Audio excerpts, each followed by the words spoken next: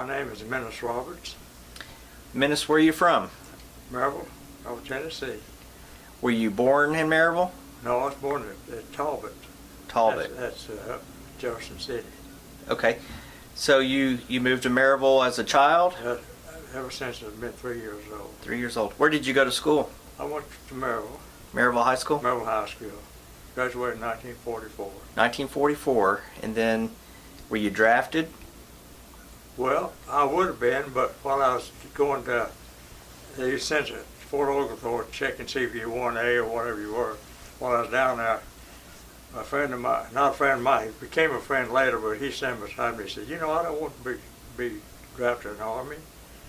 You? And he said, I said, no. I said, I tried to join the Air Force, and then they said I had depth perception or something. But later, I even took private license. I was plane used to, But they said I probably couldn't land right or something. But anyhow, make long story short, while I was there, he said, let's join the Navy.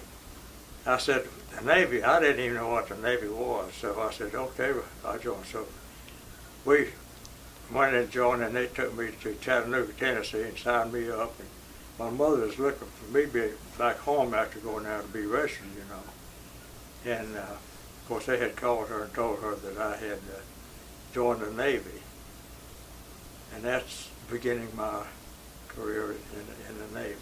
Okay. So you joined the Navy. Where did you go for training? Camp Prairie, Virginia. Okay. And and the boys that was going in the service at that time, most of them went to Great Lakes or San Diego. They sent me to Camp Prairie, Virginia. And of course, that's when I returned. On leave.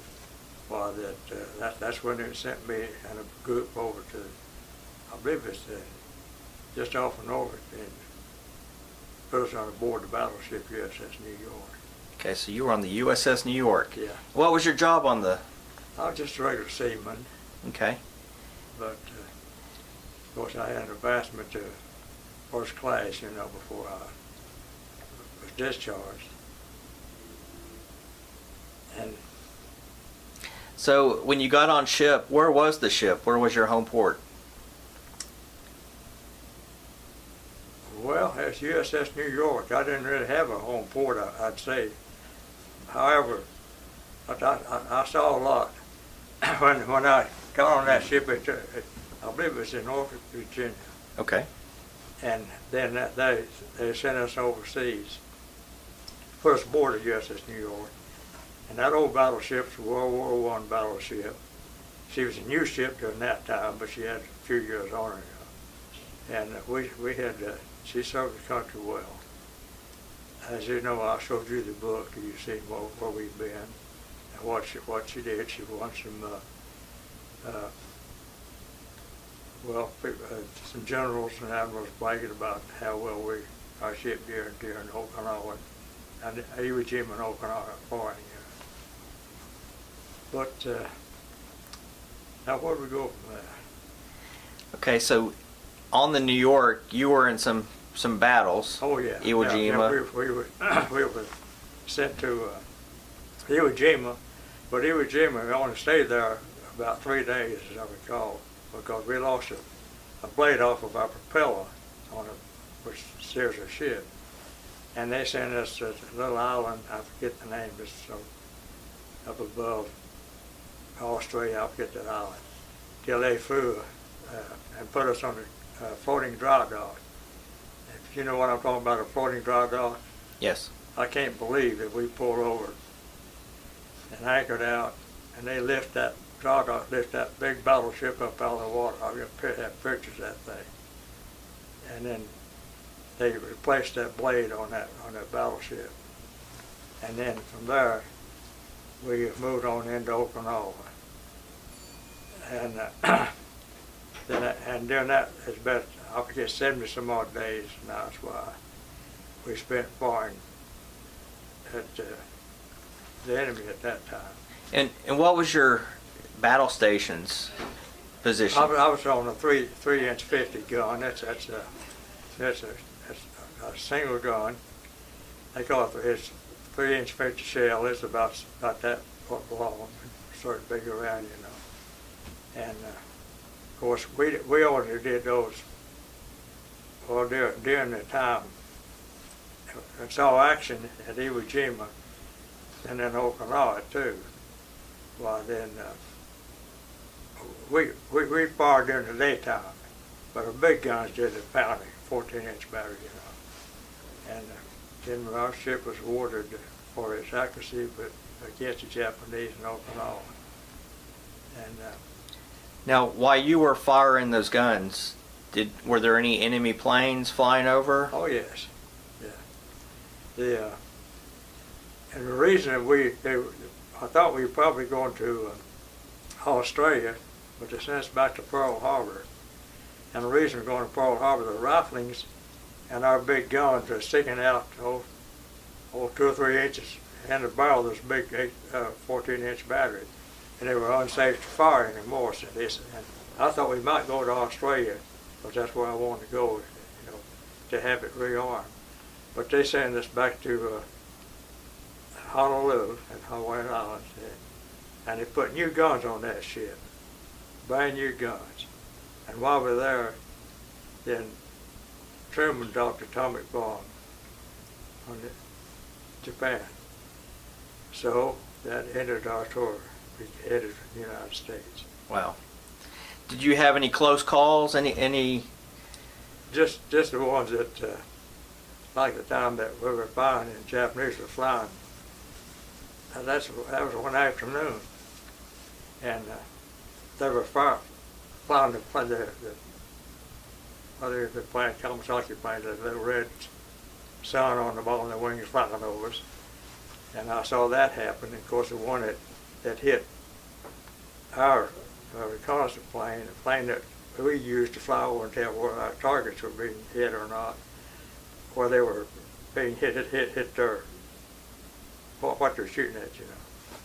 And of course, I told you, you've seen that picture, that Japanese plane hit that our plane in it. It didn't knock it completely off the gun that, you know, we shot them off with a gun, you know. And but that's a pretty close call.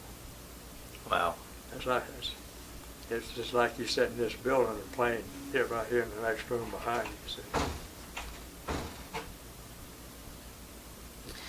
So once the war was over, you returned back to Yeah, well, oh yeah, when the war was over, we were already loaded.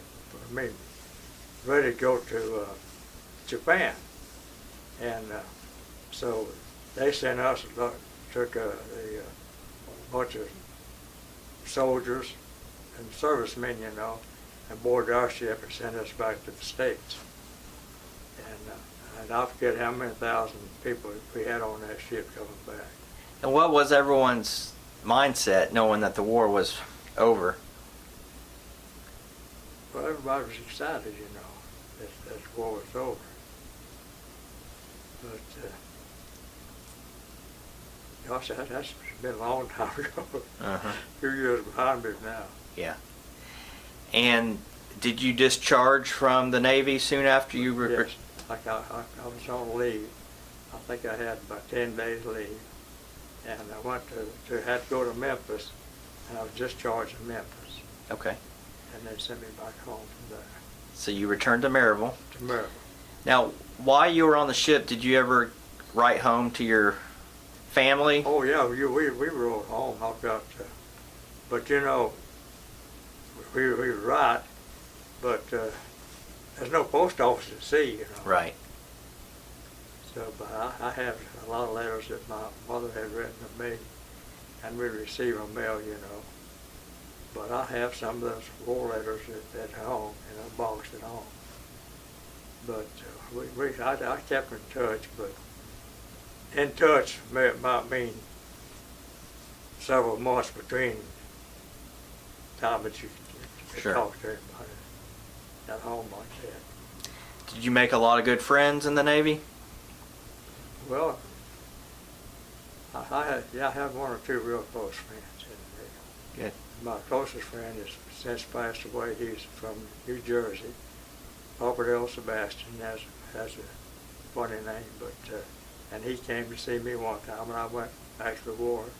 My wife and I were traveling up in northern area, and we went by his home, but he was at that time was on vacation and had told me he went to Atlantic Coast, for vacation. So I missed him.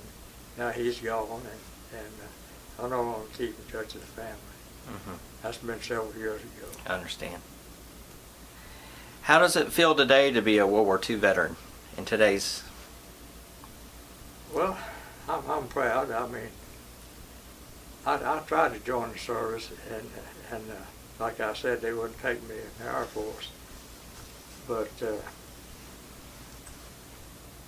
I'm proud that I went. But some of the things going on I see in the news here lately, I kind of wondered, do we fight for this kind of stuff that's going on?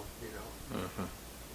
Yeah, I You understand. probably know what I'm talking about. Well, we are so proud of you and your service in the U.S. Navy during World War II, and served on the USS New York. And, Well, I was proud to do that. yeah. And I'd do it over again if I had to again. Well, we're grateful for you, and we just want to thank you for doing this interview and sharing your story, and we're proud of you. Thank you.